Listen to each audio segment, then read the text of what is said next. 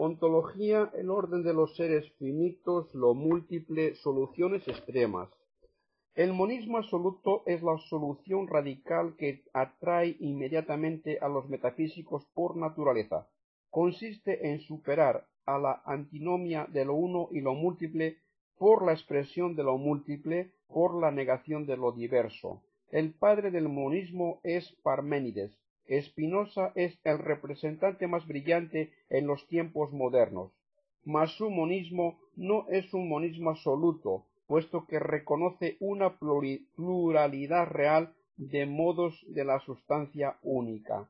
Nuestras anteriores reflexiones sobre el objeto de la metafísica parecen orientarnos hacia una concepción monista de la realidad. En efecto, declarar que el concepto de ser es la representación adecuada de lo real en todas sus determinaciones es afirmar la unidad fundamental de todas las cosas, aun a despecho de su aparente diversidad.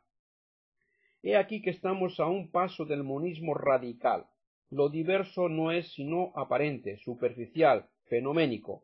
La realidad fundamental, una, indivisa, indistinta, única, puesto que todo es ser en todos sus aspectos.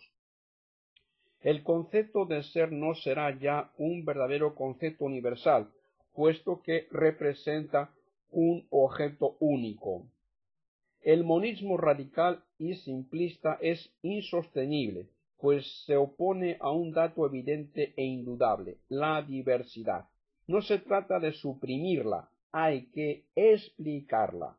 Simple apariencia, afirma el monista, quizá sí, pero apariencia real, no pura nada. Realidad superficial, quizás sea sí, mas no obstante es realidad. Y si lo diverso tiene una realidad, sea cual fuere, tiene un valor metafísico y debe encontrar un asiento en el banquete del ser. En vano se distingue apariencia y realidad, realidad superficial y realidad profunda, fenómeno y cosa en sí. Todas estas categorías son interiores al trascendental y en consecuencia deben ser referidas al ser. Así pues, una apariencia de diversidad no podría asimilarse a la nada pura y simple, debe explicarse como apariencia real, ya que la nada no puede tomar las apariencias de lo diverso para ilusionarme. Las ilusiones y las confusiones pertenecen al ámbito de las cosas finitas y no hay posible ilusión en la afirmación de la realidad en cuanto tal, puesto que no hay confusión posible entre el ser y el no ser. Toda reacción suele llevarnos con facilidad al extremo opuesto. Ante el evidente fracaso del monismo, hay espíritus que se han dejado llevar por la otra solución radical, la negación de la unidad de lo real o el pluralismo absoluto. Lo diverso se nos impone, tal ser se opone completamente a tal otro. Es pues falso afirmar la unidad del ser. Lo real es multiplicidad pura, absoluta diversidad, fenomenismo. En lo que toca al concepto de ser, por el que pretendemos sintetizar lo diverso, hay que afirmar que sólo es una etiqueta, una palabra, un nombre, nominalismo, o a lo sumo una representación mental sin valor objetivo, un artificio del que se sirve el espíritu para unificar los fenómenos, conceptualismo. Tal es la posición del pluralismo absoluto. Este pluralismo absoluto quizá no haya sido nunca profesado en su forma radical. Es más bien el límite hacia el que lógicamente tiende todo sistema que desconoce el valor objetivo del concepto de ser. Parece que Heráclito fue uno de los representantes más típicos del pluralismo absoluto en la antigüedad. Se encuentran gérmenes de pluralismo absoluto en todas las filosofías nominalistas, fenomenistas y empiristas. Antes de pasar a la crítica de esta posición, es conveniente destacar lo que implica su radicalismo. El universo real sería para él un mosaico incoherente de absolutos. Un elemento cualquiera de este mosaico no tendría relación alguna inteligible con el resto. Sería sin semejanza real alguna con lo demás. La coexistencia en una especie, las aparentes semejanzas de las cosas se deberían al puro azar y estarían desprovistas de toda razón de ser. En consecuencia, el concepto de ser no tendría valor objetivo, sería un esquema mental puramente artificial y subjetivo. En fin, el término ser sería estrictamente equívoco. El pluralismo absoluto arruina la inteligencia al negar su objeto formal. Entraña la supresión pura y simple de la metafísica por suprimir su objeto. Implica, pues, un empirismo radical. El pluralismo absoluto, al igual que el monismo absoluto, sólo nos ofrece una solución simplista de la antinomia de lo uno y lo múltiple. En vez de explicar la unidad de lo real, la suprime arbitrariamente.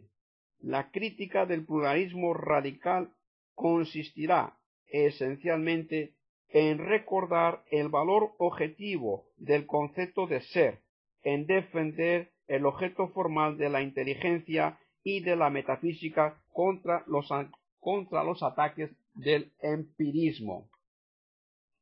El pluralismo absoluto desconoce la afirmación fundamental, evidente e ineluctable de la conciencia intelectual, la afirmación del ser. En efecto, la afirmación del ser implica la afirmación de la unidad del ser. Es imposible por lo mismo negar la una sin destruir la otra. En presencia de un objeto cualquiera, la inteligencia concibe la idea de ser como expresión adecuada de dicho objeto y restituye esta idea al objeto por un juicio de existencia. Esto es, juicio cuyo valor está al abrigo de cualquier ilusión, confusión o error, ya que el ser no se opone a la nada.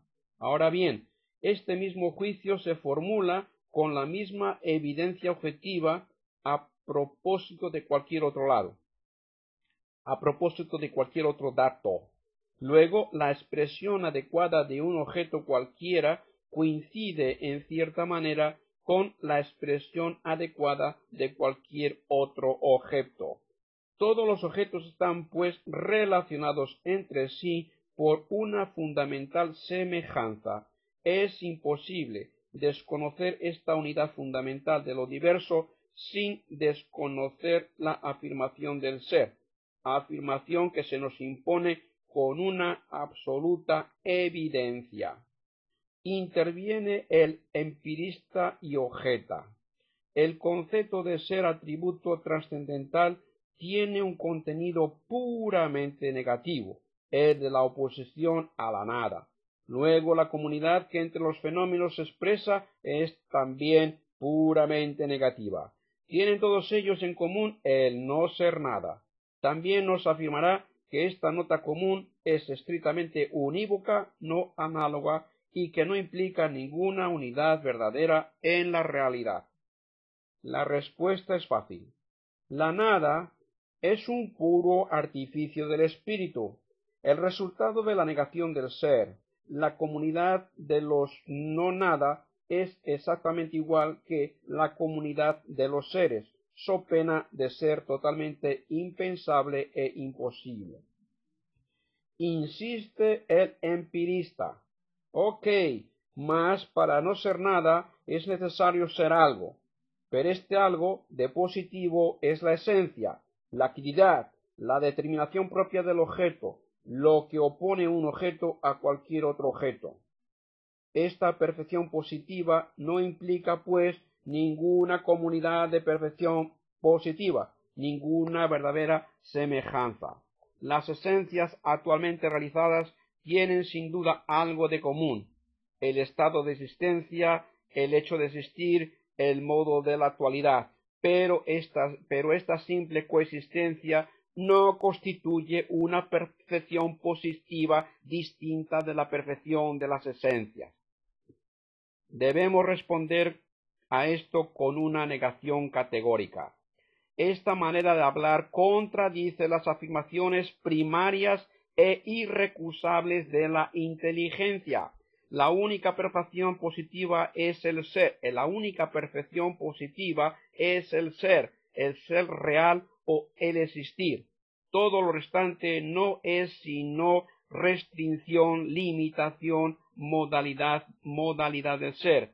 Es la esencia la que constituye un modo de ser, no es la existencia la que es un modo de la esencia. Ese es actualitas omnis forme.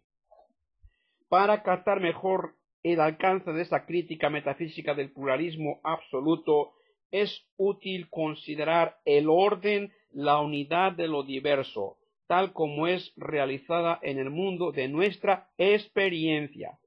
Las innumerables relaciones de los fenómenos entre sí son el objeto de las ciencias positivas. Estas relaciones descubren un orden real, unidad de lo múltiple, orden fundado sobre las semejanzas diversas, las afinidades y la interacción que existe entre los elementos del universo.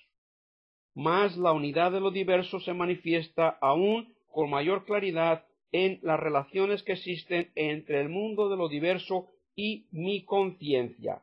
Siendo lo diverso verdaderamente asimilable y unificable por mi conciencia, es evidente que constituye un orden del que mi conciencia misma forma parte y no un mosaico incoherente de absolutos. Podemos concluir: lo diverso posee en sí mismo una unidad real que no crea el espíritu, sino sólo reconoce. Comprendo, a la luz de la afirmación del ser, que cualquier cosa real no puede ser absolutamente ajena, totalmente otra con relación a cualquier otra realidad. Es imposible que cualquier cosa de cuanto existe no tenga ninguna relación con otra de las que igualmente existen. La hipótesis de muchos absolutos es impensable. Yo comprendo todo esto, mas no plenamente. Lo sé, mas desconozco el último porqué. Además, no se me descubre aún la naturaleza de esa misteriosa unidad que se manifiesta en la diversidad. El resto de nuestro estudio tendrá por objeto elucidar estos problemas.